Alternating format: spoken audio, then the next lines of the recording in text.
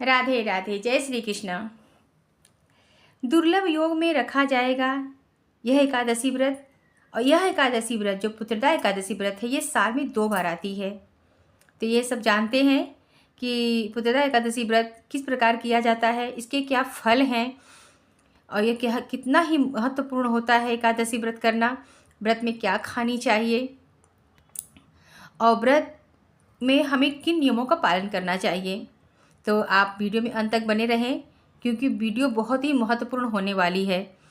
एकादशी व्रत का हिंदू धर्म में बड़ा महत्व है। मान्यता है कि हर किसी को अपने जीवन काल में एकादशी या त्रयोदशी में से कोई एक व्रत जरूर रखना चाहिए। आज हम ऐसी एकादशी के बारे में बताएंगे जो साल में 2 बार आती है। खास बात यह है कि इस बार दुर्लभ योग बन रहा है। आइए जानते हैं कब है एकादशी, इस एकादशी की पूजा का विधि क्या है। ठीक है। और पुत्रदा एकादशी साल में 2 बार आती है। यह एक पौष माह में शुक्ल पक्ष में और दूसरी सावन माह के शुक्ल पक्ष में। इस साल पौष माह की पुत्रदा एकादशी व्रत 10 जनवरी को रखा जाएगा। इस व्रत में जगत के पालनहार श्री हरि विष्णु की पूजा आराधना की जाती है। मान्यता है कि पति पत्नी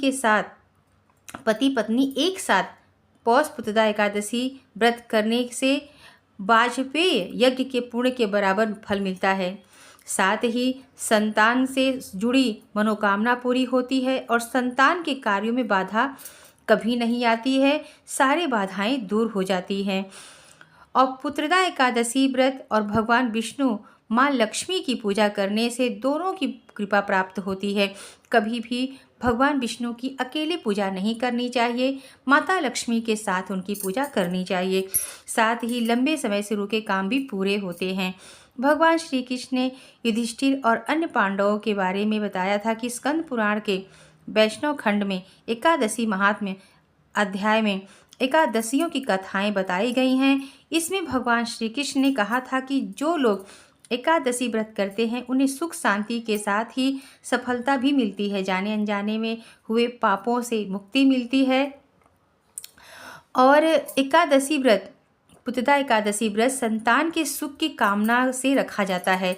मान्यता है कि पौष पुत्रदा एकादशी व्रत रखने से जल्द ही पुत्र की प्राप्ति होती है। इसलिए जो लोग स्नेह संतान हैं उन्हें इस व्रत को रखने से भगवान विष्णु की कृपा प्राप्त होती है और अच्छी संतान मिलती है। यही नहीं, इस व्रत से संतान को अच्छा भविष्य मिलता है और वह अपनी लाइफ में एकदम स्वस्थ और मस्त रहता है। ठीक है। और पुत्रदा एकादशी 2025 अत्यंत कल्याणकारी है। इस दिन भर ब्रह्म योग का विशेष संयोग रहेगा। शास्त्रों में इस शुभ संयोग में दान करने का विशेष महत्व बताया गया है। मान्यता है कि इस पवित्र अवसर पर व्रत करने से सभी इच्छाएं पूरी होती हैं।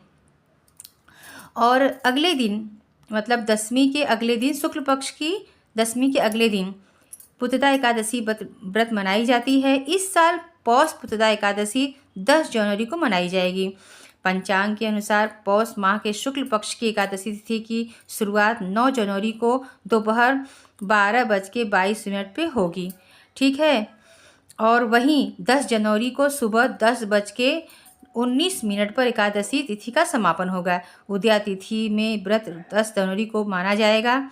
साधक स्थानीय पंचांग के अनुसार व्रत रख सकते हैं। ठीक है। पुत्रदा एकादशी व्रत सुबह जल्दी उठे और स्नान के बाद सूर्य को जल दें। घर के मंदिर में भगवान विष्णु की माता लक्ष्मी की एक साथ व्रत का संकल्प लें। इसके बाद भगवान गणेश फिर भगवान विष्णु माता लक्ष्मी की पूजा करें। दक्षिणावर्ती शंख में दूध भरकर श्री कृष्ण का भी अभिषेक करें और विधिवत पूजा करें। जो लोग एकादशी व्रत करते हैं उन्हें पूरे दिन अन्न का सेवन नहीं करना चाहिए, फलाहार करें और दूध पी सकते हैं, फल ले सकते हैं। आप चाहें तो निराजल भी कर सकते हैं। आप चाहे तो सिर्फ संकल्प लें कि हमें किस चीज़ से हमें व्रत रखना है। आप सिर्फ पानी का संकल्प ले सकते हैं, संकल्प कि मैं पानी पर पीकर ही यह व्रत करूँगी। आप जिस चीज़ का संकल्प लें वही चीज़ अपने आप सेवन करें। तो इस तरह से आप जब एकादशी का व्रत करते हैं तो हमारा एकादशी व्रत फलित होता है, हमें उसके फल प्राप्त होते हैं। देखिए, अगर आप ये सोचते हैं कि नहीं ये तो व्रत सिर्फ निराजल ही रहा जाता है, हम फलाहारी नहीं रह सकते हैं, तो अपने मन में ये मन में ना आने दें यह सब बातें, क्योंकि अगर आप फलाहारी शुरू करते हैं तो बाद में आपको खुद ही आपके मन में खुद ही ये विचार आएगा कि हम इस व्रत को कर सकते हैं। आप फलाहारी करना शुरू करेंगे तो आप खुद ही इस व्रत को बड़े मन से करने लगेंगे। यह व्रत बहुत ही सुंदर है, बहुत ही अच्छा है, क्योंकि व्रत सबको करना चाहिए। पुत्रदा एकादशी पर सुबह जल्दी उठें, स्नान के बाद सूर्य को जल चढ़ाएं, घर में मंदिर में भगवान विष्णु की और माता लक्ष्मी का व्रत का संकल्प लें। इसके बाद भगवान गणेश और फिर भगवान विष्णु माता लक्ष्मी की पूजा करें। दक्षिणावर्ती संघ में दूध भरकर श्री कृष्ण का भी अभिषेक करें, माता लक्ष्मी का अभिषेक करें, विधिवत पूजा करें। जो लोग एकादशी व्रत करते हैं उन्हें पूरे दिन अन्न का सेवन नहीं करना चाहिए और फलाहारी दूध पीकर रह सकते हैं। और और भगवान विष्णु माता लक्ष्मी की प्रतिमा स्थापित करना चाहिए अपने घर के मंदिर में। उसके बाद शंख में जल और दूध लेकर प्रतिमा का अभिषेक करना चाहिए। चंदन का तिलक लगाएं। चावल तो नहीं चढ़ाना चाहिए। सफ़ेद तिल, फूल, अबीर, गुलाल, इत्र आदि से पूजा करें और इसके बाद धूप दीप जलाएं। लाल पीले चमकीले वस्त्र अर्पित करें।